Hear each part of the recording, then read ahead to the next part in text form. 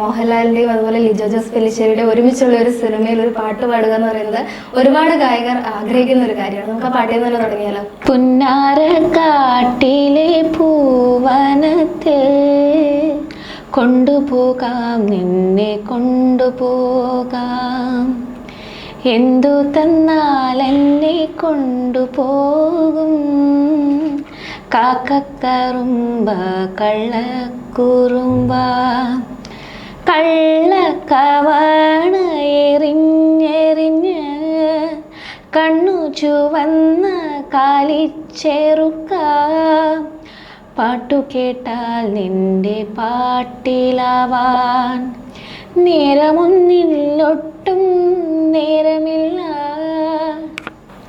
ഈ പാട്ടിന് പിന്നിലെ കഥ എന്താണ്? പാട്ടിന് പിന്നിലുള്ള കഥ ഞാൻ ഒരു വർഷം മുന്നേ പാടിയ പാട്ടാണിത്.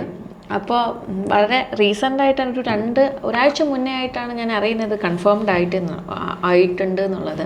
അപ്പോൾ ഒരു വർഷം മുന്നേ ലിജോയുടെ പ്രശാന്തിൻ്റെ അസിസ്റ്റൻറ്റ് വിളിച്ചിട്ട് ഞാൻ പോയി പാടിയതാണ്. അപ്പോൾ പാടുന്ന സമയത്ത് ഒരു എന്താ പറയുക, പ്രശാന്ത് വിളിച്ചു, ഞാൻ പോയി പാടി എന്നതിലുപരി അതിനെക്കുറിച്ചിട്ട് ഞാനൊന്നും ബോധേഡായിരുന്നില്ല. ഏത് സിനിമയിലാണ്, ആരുടെ സിനിമയിലാണ്, അല്ലെങ്കിൽ ആരാണ് അഭിനയിക്കുന്നതെന്നും ഞാൻ ചോദിക്കാറുമില്ല. ഐ റിയലി ഡോണ്ട് അങ്ങനെ ചോദിക്കുന്ന വ്യക്തിയല്ല ഞാൻ. അപ്പോൾ എൻ്റെ ബാക്ക് സ്റ്റോറീസ് ഒന്നും എനിക്കറിയില്ല. അദ്ദേഹം വിളിച്ചു, ഞാൻ പോയി പാടി. പക്ഷെ പാടിയ പാട്ട് എനിക്ക് വളരെയധികം ഇഷ്ടപ്പെട്ടു. ഒരു പണ്ടത്തെ KPSC നാടകഗാനങ്ങൾ പോലൊരു പാട്ടാണ്. അപ്പോൾ അത് പാടി വളരെ ഇൻട്രസ്റ്റഡ് ആയിട്ട് പാടിക്കഴിഞ്ഞിട്ട് ഞാൻ ടാറ്റ ബൈ ബൈ പറഞ്ഞ് പോയി. അത് കൺഫേംഡ് ആയണോ എന്നൊന്നും ചോദിച്ചിട്ടില്ല ഞാൻ. അപ്പോൾ ലേറ്റർ ഒരു 1 week ബിഫോർ എന്നെ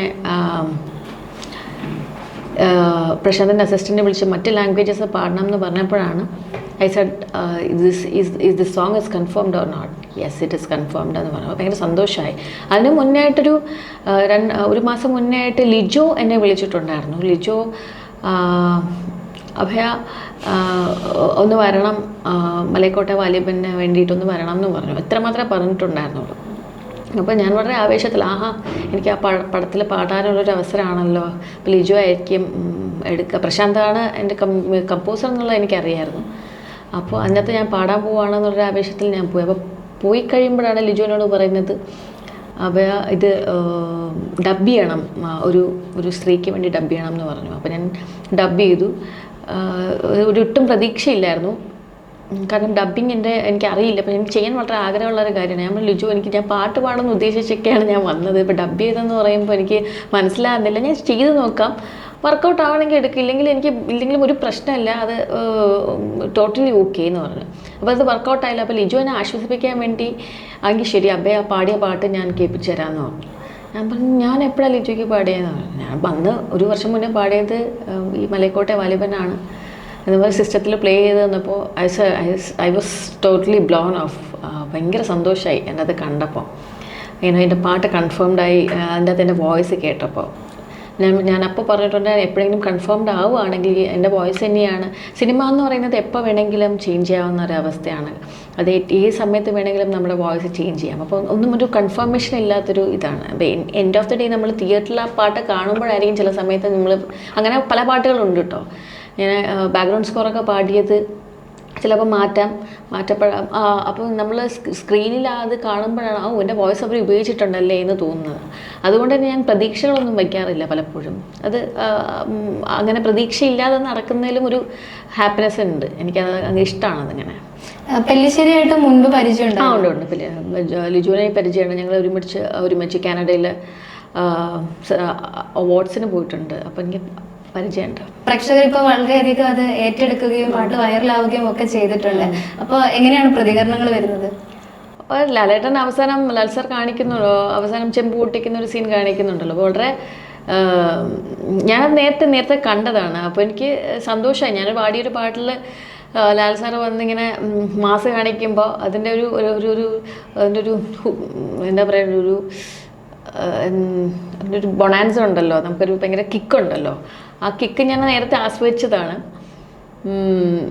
ആൾക്കാർക്ക് ഭയങ്കര ഇഷ്ടപ്പെട്ടു. ഞാനത് കണ്ടു. ഞാൻ ഈ യൂട്യൂബിലെ കമൻസൊക്കെ വായിച്ചപ്പോൾ ഫാൻസൊക്കെ ഇങ്ങനെ ഭയങ്കര സന്തോഷത്തിൽ മെസ്സേജ് അയക്കുന്നുണ്ട്. Everybody liked the song and my voice. ഇതിൻ്റെ ഒരു റെക്കോർഡിംഗ് സെക്ഷൻ എങ്ങനെയായിരുന്നു? റെക്കോർഡിങ്ങിൽ പ്രശാന്തിൻ്റെ അസിസ്റ്റൻസാണ് ചെയ്തത്. അപ്പോൾ അദ്ദേഹത്തിൻ്റെ മിടുക്കന്മാരായിട്ടുള്ള അസിസ്റ്റൻസ് വളരെ കൃത്യമായിട്ട് പാട്ടിൻ്റെ ഒരു ഭാവം പറഞ്ഞു തന്നിട്ടുണ്ട്. നമ്മുടെ പണ്ടത്തെ KPC ഈ ഗാനങ്ങളുടെ ഒരു പ്രത്യേകത കൂടുതലും സംഗതികളും അതിൻ്റെ ഒരു അതിഭാവുകത്വം ഉണ്ട്.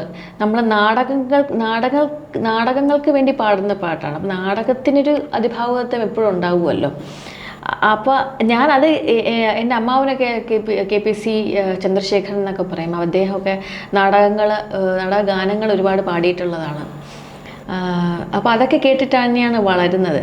അപ്പോൾ ആ പാട്ട് പാടുന്ന സമയത്ത് ഞാൻ കുറേ സ്ഥലങ്ങളിൽ എക്സ്ട്രാ സംഗതീസും എനിക്ക് വേണ്ടുന്ന തരത്തിൽ ഇങ്ങനെ പാട്ടിനെ മാറ്റാനുള്ള ശ്രമമൊക്കെ ഞാൻ നടത്തിയിട്ടുണ്ട്. പക്ഷെ വൺസ് ഞാൻ പ്രശാന്തിൻ്റെ അസിസ്റ്റൻസ് പറഞ്ഞിട്ടുണ്ടായിരുന്നു, അദ്ദേഹം ഒന്നും വേണ്ട, നമുക്ക് സിമ്പിളായിട്ട് പാടിയാൽ മതി എന്ന് പറഞ്ഞിട്ടുണ്ടായിരുന്നു. അത് വൺസ് ഞാൻ ആ പാട്ട് വളരെ സിമ്പിളായിട്ട് പാടിക്കഴിഞ്ഞപ്പോഴാണ് മനസ്സിലായത് വേണ്ടുന്ന സ്ഥലത്ത് കറക്റ്റായിട്ട് ഭാവം കൊടുക്കാൻ പറ്റിക്കഴിഞ്ഞാൽ അധികം സംഗതികളുടെ ഒന്നും ആവശ്യമില്ലാതെ വളരെ സൂത്തിങ് ആയിട്ട് ആ പാട്ട് കേൾക്കാൻ നമുക്ക് സാധിക്കും.